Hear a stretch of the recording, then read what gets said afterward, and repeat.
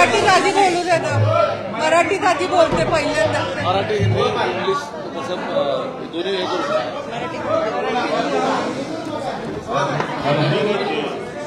Silence please.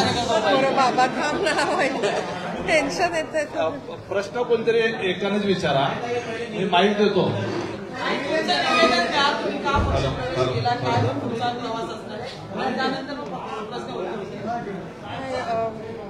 सगळ्या पत्रकारांना नमस्कार. एक मिनिट म्हणजे प्रवेशाचं नाही बोलत आहे. सगळ्या पत्रकारांना नमस्कार. आज महायुतीचे उमेदवार धाराशिव लोकसभा, उस्मानाबाद लोकसभा मतदारसंघासाठी राष्ट्रवादी काँग्रेस पार्टी, अजित पवार गट यांच्या वतीने माझं नाव घोषित करण्यात आलंय. त्याबद्दल मी सर्व महायुतीचे उमेदवार जे नेते आहेत आपल्या महाराष्ट्रातले, दिल्लीतले म्हणजे मोदी साहेब, नड्डा साहेब, अमित शाह साहेब, इथं अजित पवार साहेब, आपल्या महाराष्ट्राचे मुख्यमंत्री एकनाथ शिंदे साहेब, उपमुख्यमंत्री देवेंद्रजी फडणवीस साहेब आणि उपमुख्यमंत्री अजित पवार साहेब, तटकरे साहेब, प्रदेशाध्यक्ष आणि बावनकुळे साहेब आणि आमच्या धाराशिवमधील सर्व महायुतीचे जे नेते आहेत त्याच्यामध्ये म्हणजे बसवराज पाटील साहेब आलेत, तुळजापूरचे आमदार राणा जगजितसिंह पाटील साहेब, उमरगा लोहाराचे आमदार माननीय चौगुले साहेब, औसा निलंगाचे आमदार माननीय अभिमन्यू पवार साहेब, बार्शीचे आमदार माननीय राजेंद्र राऊत साहेब आणि आमचे पालकमंत्री माननीय तानाजी सावंत साहेब, या सगळ्या नेत्यांनी मिळून माझं नाव धाराशिव मतदारसंघासाठी निश्चित केलंय. त्याच्याबद्दल मी या सर्व नेत्यांचे मनापासून आभार मानते. देशाचं नेतृत्व माननीय पंतप्रधान मोदी साहेब अतिशय कणखरपणे करतायत. निश्चितच म्हणजे त्यात काही वाद नाहीये. येत्या या इलेक्शनला तिसरी टर्म मध्ये माननीय मोदी साहेब 400 पार करून निवडून येणारे. मला ह्याचं म्हणजे कौतुक आणि अभिमान वाटतोय की धाराशिव लोकसभा मधून त्यांच्या विकास रथाचं पायी होण्याचं भाग्य मला मिळणार आहे.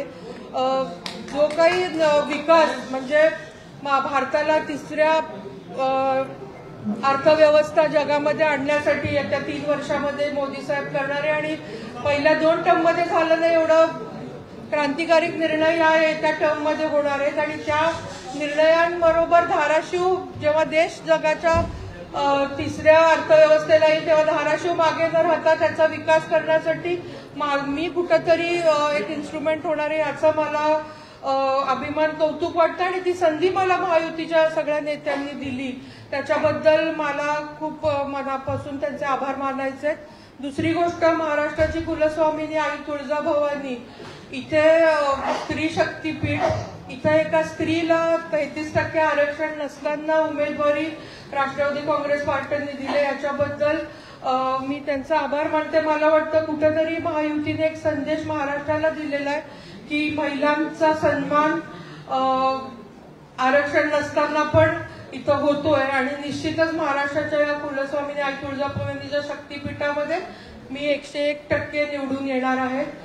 माझ्या सगळ्या महिला ज्या इतक्या 20-30 वर्षात जिल्हा परिषदच्या माध्यमातून आणि बाकीचं काम करताना ज्या काही महिला माझ्याशी जोडल्या गेलेल्या आहेत जिल्हा परिषदच्या माध्यमातून, अशा म्हणजे सगळ्याच महिला आणि आमचे बूथ प्रमुख, पन्ना प्रमुख, सुपर वॉरियर्स, प्रत्येक आमच्या मतदारसंघात जी पूर्ण फिल्डिंग आहेत, अगदी शेवटच्या तळागाळातला कार्यकर्ता आणि मोदी साहेबांचे जे अंत्योदयला जे काही लाभार्थी आहेत त्यांच्या जोरावर मी 101% या मतदारसंघातनं निवडून येणार आहे. एवढं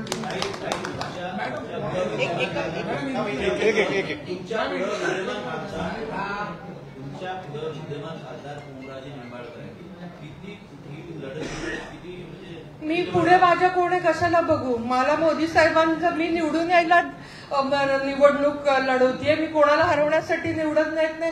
त्यामुळे मला काय करायचं आणि माझे लाभार्थी आहेत मोदी साहेबांचे, घरकुले, जलजीवन आहे.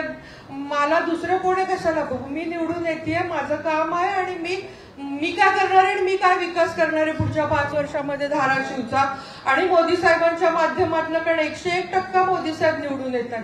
त्यामुळे माझ्या धाराशिव उस्मानाबादचे सगळे म्हणजे या मतदारसंघाचं म्हणते, कारण बार्शी औसा निलंगा पण आहे, सगळे मतदार विकासाला मतदान देणारे आणि मला माझ्या नारी शक्तीचा वर विश्वास आहे. ही निवडणूक माझ्या महिला हातात घेतील आणि मला निश्चित निवडून देतील.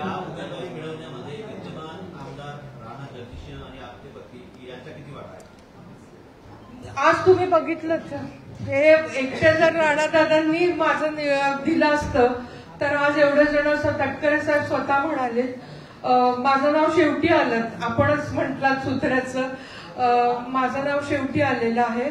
राणादादांनी जे काम केलंय, डॉक्टर पद्मसिंह पाटलांनी जे काम केलेलं आहे आणि राष्ट्रवादी काँग्रेस पक्षात आम्ही जे काम केलेलं आहे, तुम्हाला कळतं मला का, त्या सगळ्यांचं पारित म्हणून हे तिकीट आहे आणि मला वाटतं त्यात 10% वाटा माझ्या कामाचा सुद्धा आहे. राणादादांचा निश्चित आहे, डॉक्टर म्हणजे आहेच त्याच्यामध्ये, पण आज अभिमन्यू पवार साहेब पण, राऊत साहेब पण, चौगुले साहेब पण, बसवराज पाटील साहेब पण इथपर्यंत येत आहेत आणि निश्चितच सतीश चव्हाण साहेब असतील पण त्यांच्या पार्टीचे पण हे लोक जेव्हा येत आहेत तेव्हा सगळ्यांनी मिळून माझं नाव आणि मेन मी देवेंद्रजींना सुद्धा अभिनंदन करेन. म्हणजे अजित काका असतील किंवा देवेंद्रजींनी माझ्या नावाला पसंती दिली.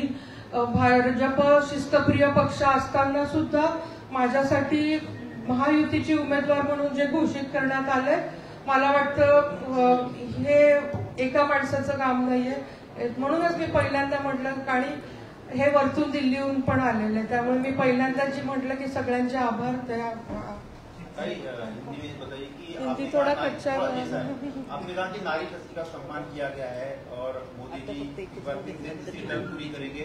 आपने उनकी कई योजनाओं को महिलाओं को लाभ दिया है. एकच बाईट हिंदी सोड. क्या बोला मैंने सुना नहीं. आपने कहा कि नारी शक्ति का सम्मान किया है, मोदी जी की कई सारी योजनाएं जो है वो आप महिलाओं में जाकर काम करेगी पहले से, उसका भी आपको लाभ होगा. आपको उम्मीदवारी दी गई, क्या कहते हैं? मोदी जी सिर्फ 33% आरक्षण का बिल उन्होंने संसद में पास किया है, वो नारी शक्ति का सम्मान नहीं है. नारियों को टॉयलेट दिया है, वो तो मेरे हिसाब से सबसे पहला काम 12,000 रुपए देके गांव में जो टॉयलेट महिलाओं के लिए नहीं पर टॉयलेट बनवाया, ये तो पहला काम है मोदी जी का. और हर एक योजना, फिर वो खाता जनधन खाता खुलवाने का हो या जल जीवन के द्वारे से पानी उनके, क्योंकि पानी का प्रॉब्लम उनको 5-5 घंटे जाना पड़ता, रुकना पड़ता था. और घरकुल हो, बहुत सारी योजनाएं दिल्ली सरकार ने और राज्य सरकार ने, बस का टिकट आधा हो, बहुत सारी योजनाएं की है. मुझे तो लगता है महिलाओं का वोट मोदी जी को ही है और उसपे मेरी उम्मीदवारी तुळजापुर में, तुळजा भवानी के इसमें निश्चित हेल्प करेगी. धन्यवाद धन्यवाद धन्यवाद धन्यवाद धन्यवाद.